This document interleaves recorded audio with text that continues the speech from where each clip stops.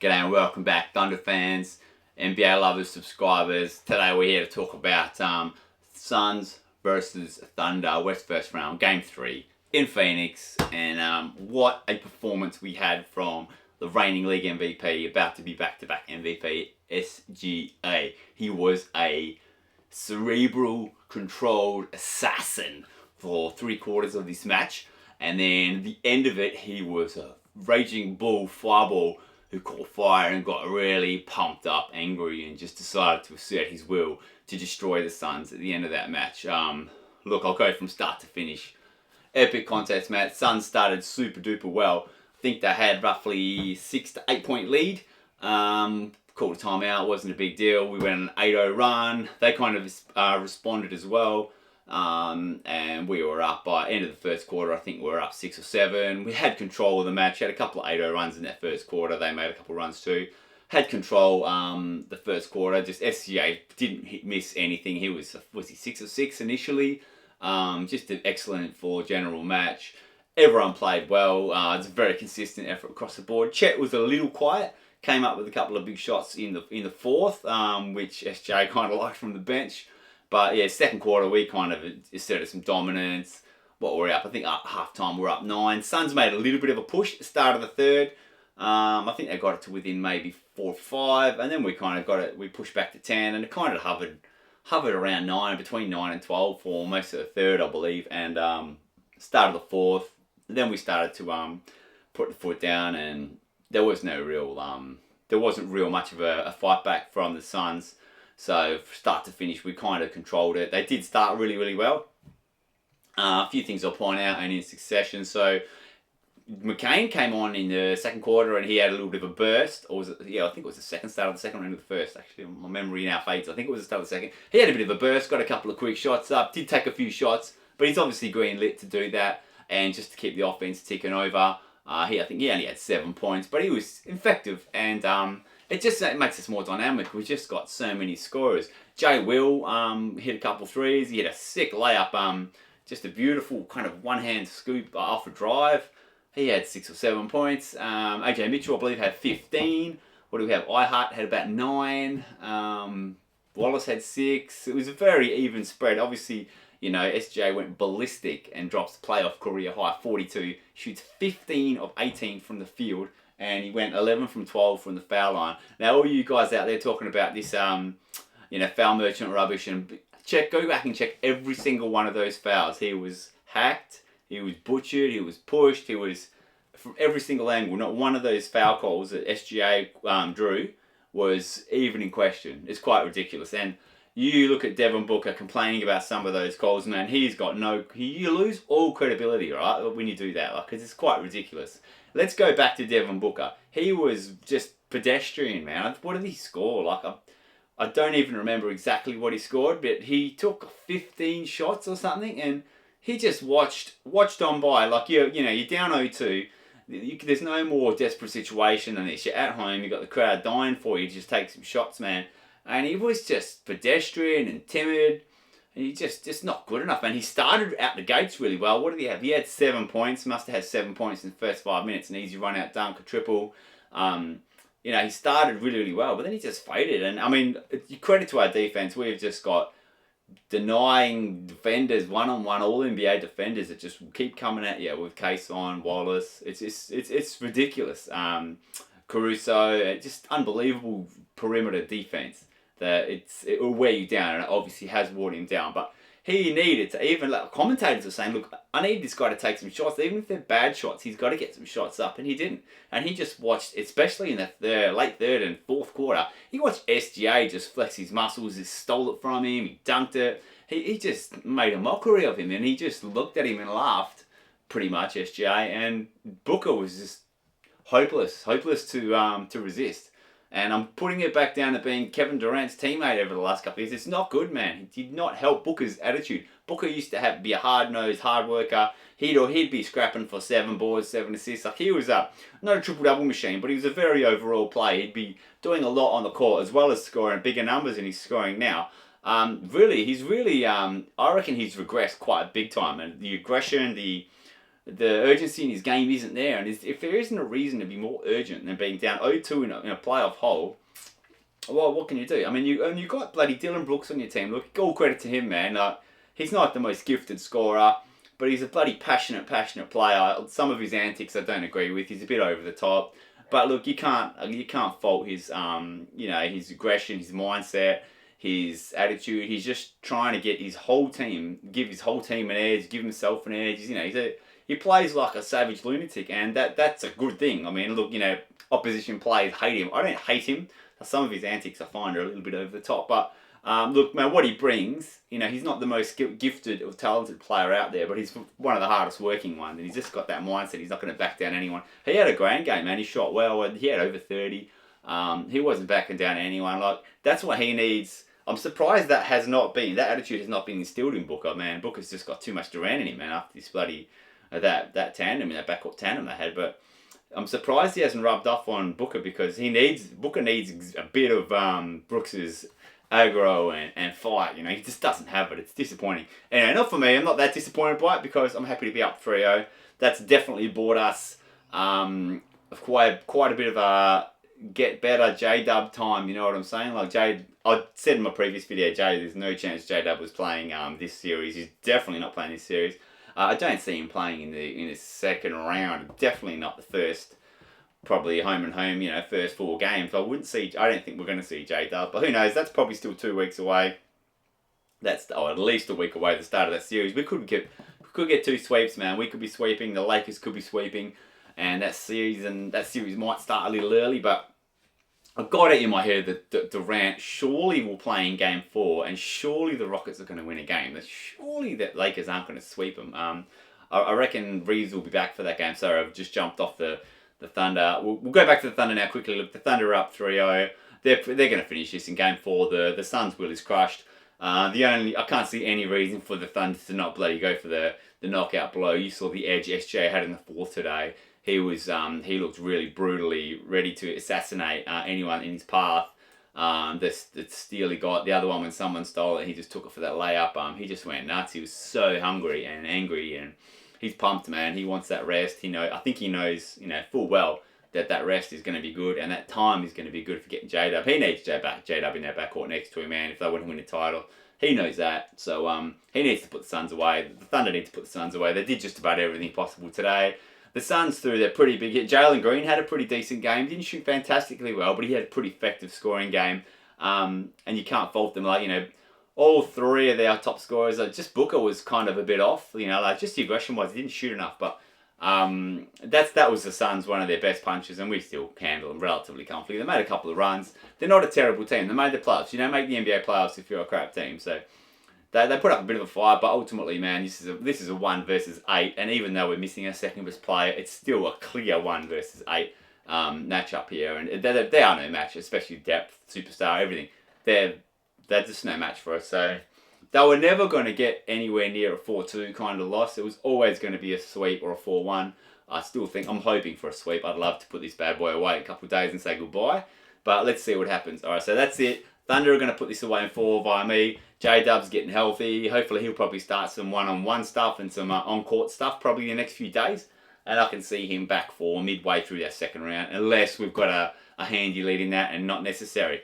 Now let's quickly just duck over. I won't bother with the East today. I'm just going to duck around the West and just quickly run through what's happening in this neck of the woods. So Spurs and Blazers, I think I spoke about that last one. Spurs have leveled off now.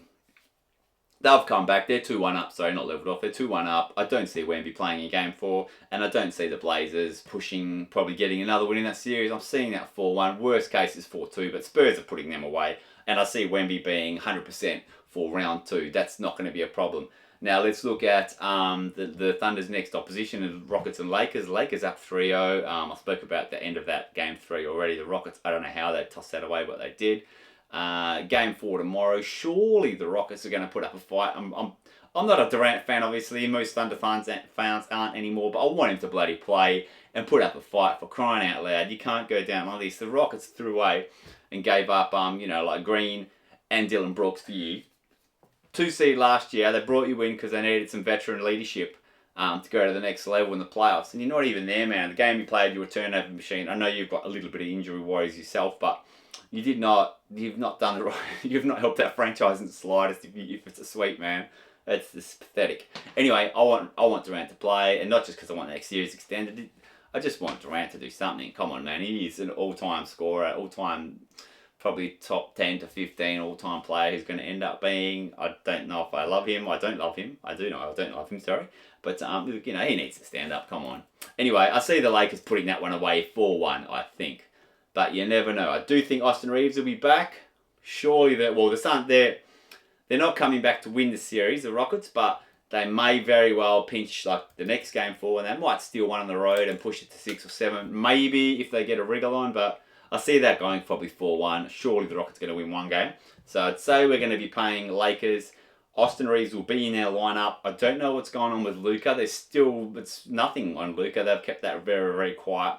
I've got a funny feeling he's going to be good to go for that. And we're going to have a near full strength. Obviously he's going to be a bit sluggish and a bit rusty. But we're going to have a pretty close to full strength Lakers versus a Thunder team that's probably going to be minus J-Dub for half that series unless they decide to just back pocket him, and if he's not needed. But if that's a close series and we're looking at sort of 2-2 or something along the lines, they will play J-Dub. I think he'll be ready by then.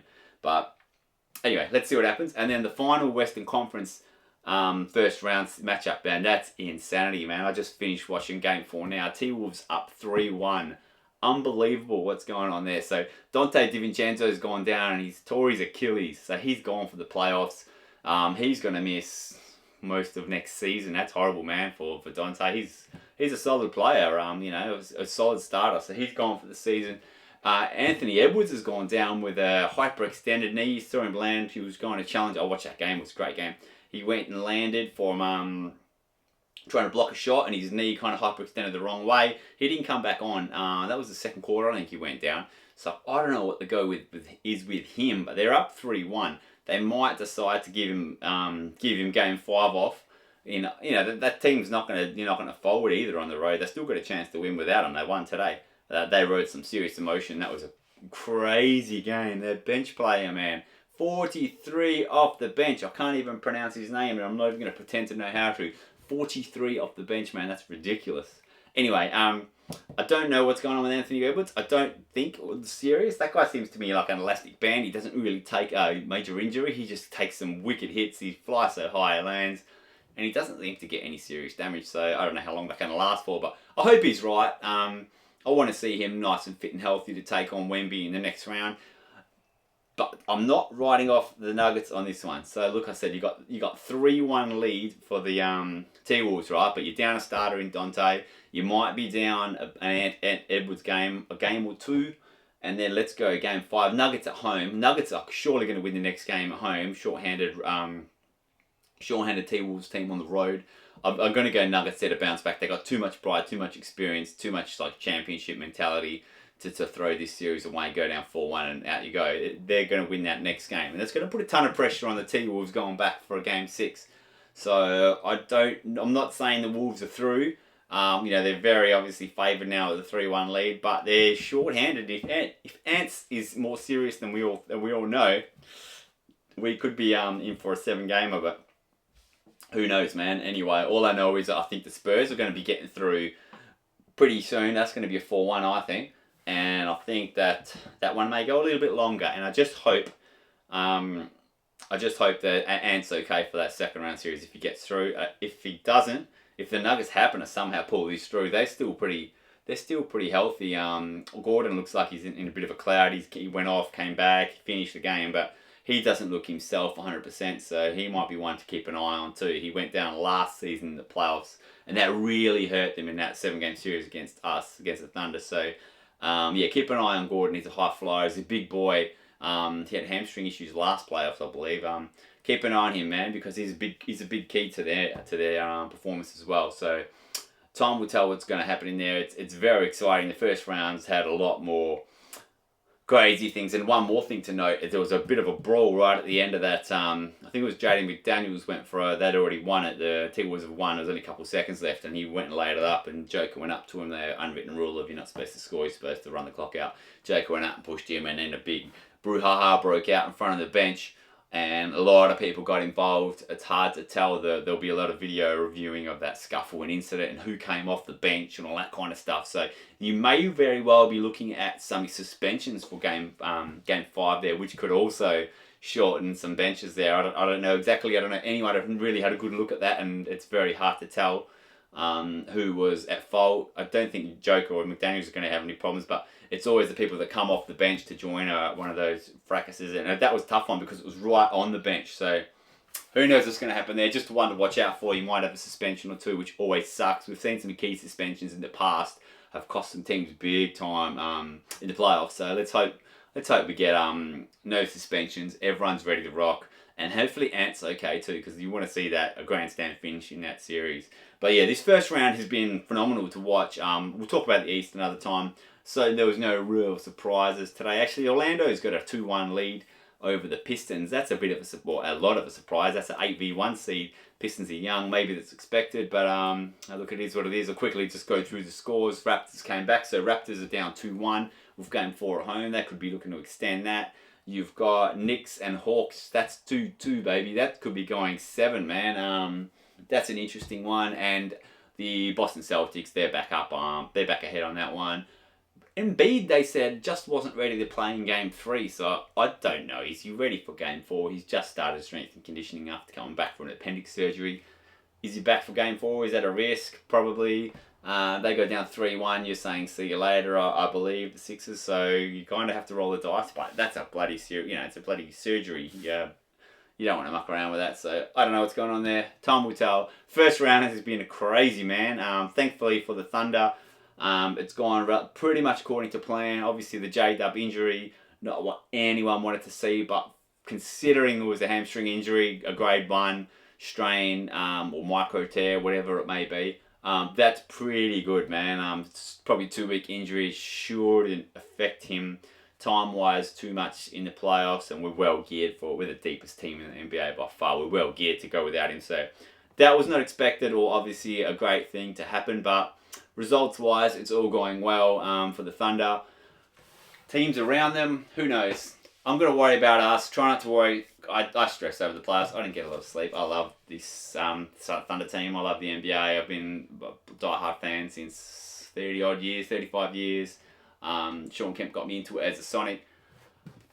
When my team's going well and they're expected to get far in the playoffs, man, I'm a train wreck, man. I overthink the next step, what's happening now, the next round, the following round, blah, blah, blah. So try not to worry about the other teams. What they do, let's keep winning, man, and just control your own future. Stay healthy, win games, extra win, man. We need 16 postseason wins for a championship, back-to-back championship. We're 3 down. Look, we're 3 wins down, man. We're still got to win 13 more games to win a championship, man. And the competition obviously gets harder and harder as the rounds go, man. So let's go. Health, man. Pray. Stay healthy. If we stay healthy, man, no one's deeper. I don't think anyone's better. We got this back-to-back if we stay healthy. Anyway, thanks for watching, guys. I'm going to keep these analyses going nuts in the playoffs because, yeah, this is my time, man. I love it, so I'm going to share my views. Thanks a lot, guys. Thunder up, baby. Thunder up. I think we got this, man, but it's too early to say. Let's go.